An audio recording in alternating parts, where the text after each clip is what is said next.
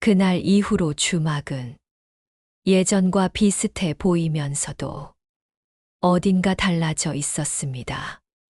손님 수가 줄어든 것은 아니었습니다.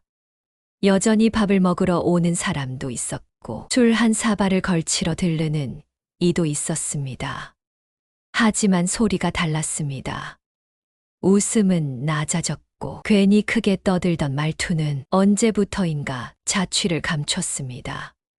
사람들은 여종을 대할 때 한 번 더 생각하는 얼굴이 되었습니다. 함부로 말을 얹지도 않았고 농담을 던지다 말고 스스로 입을 다물기도 했습니다. 겉으로 보면 존중이었습니다. 하지만 여종은 느낄 수 있었습니다. 존중과 거리두기는 종이 한 장 차이라는 것을 말입니다.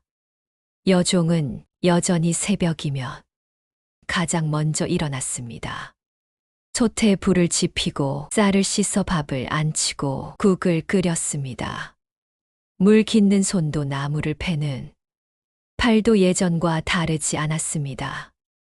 몸은 그대로였지만 주막 안을 채우는 공기는 조금씩 달라지고 있었습니다.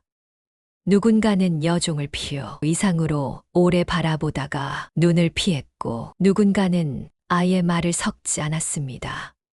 여종은 그 시선을 모른 척하며 자기 할 일을 했습니다. 그날은 장날이 막 끝난 저녁이었습니다. 해가 기울고 주막 안에는 술기운과 피로가 뒤섞여 느슨한 공기가 흐르고 있었습니다. 그때 낯선 사내 둘이 문을 열고 들어왔습니다. 옷차림은 눈에 띄지 않았고 걸음도 느렸습니다.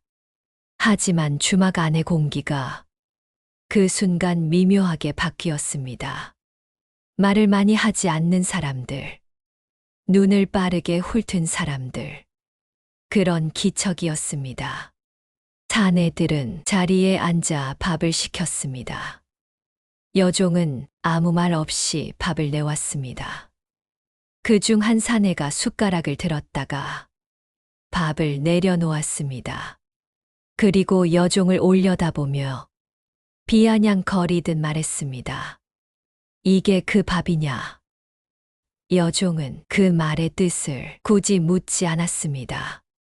사내는 웃는 것도 아니고 화내는 것도 아닌 얼굴로 다시 말했습니다.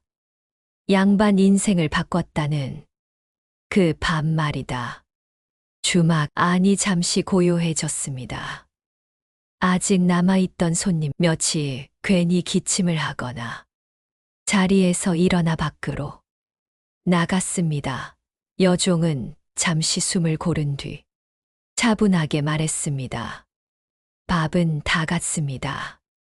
사내는 고개를 끄덕이더니 이렇게 말했습니다. 사람은 다르다더라. 그 말에는 위협도 없었고 조롱도 없었습니다. 그래서 더 가볍지 않았습니다. 여종은 더 말하지 않았습니다. 사내들은 밥을 먹고 돈을 놓고 아무 일 없다는 듯 주막을 나갔습니다. 소란도 없었고 다툼도 없었습니다. 하지만 여종은 한동안 그 자리에 서 있었습니다. 사내들이 남기고 간 말이 주막 바닥에 가라앉아 있는 것 같았기 때문입니다. 그날 밤 여종은 쉽게 잠들지 못했습니다. 자기가 한 선택이 옳았는지 틀렸는지를 따지지 않았습니다. 그보다 앞으로도 같은 선택을 할 수 있을지를 스스로에게 묻고 있었습니다. 다음 날, 주막은 다시 평소처럼 열렸습니다. 사람들은 밥을 먹고 술을 마셨습니다. 하지만 여종의 귀에는 말보다 숨소리가 더 크게 들렸습니다. 누군가의 시선이 등 뒤에 오래 머무는 느낌. 괜히 이름을 부르다.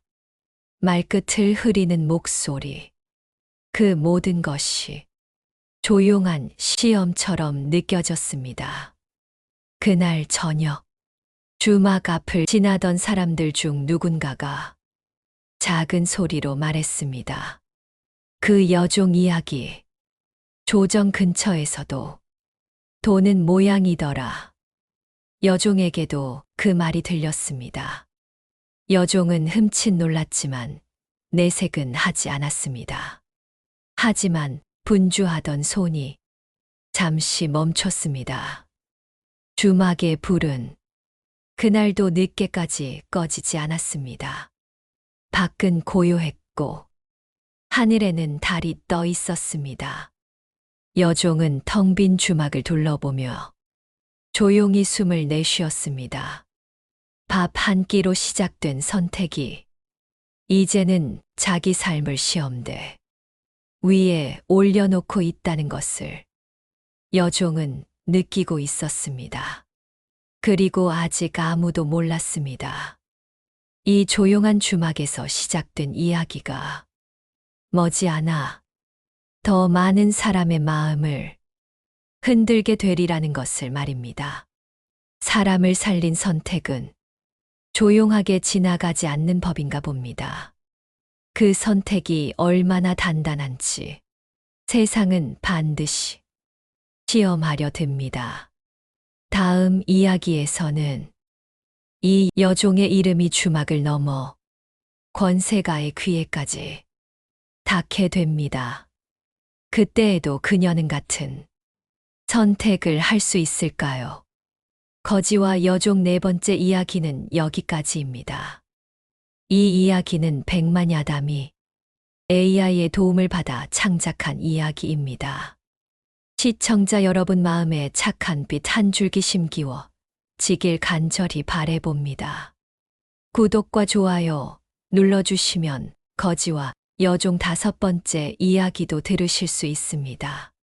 시청자 여러분 늘 행복 가득하시길 기원합니다.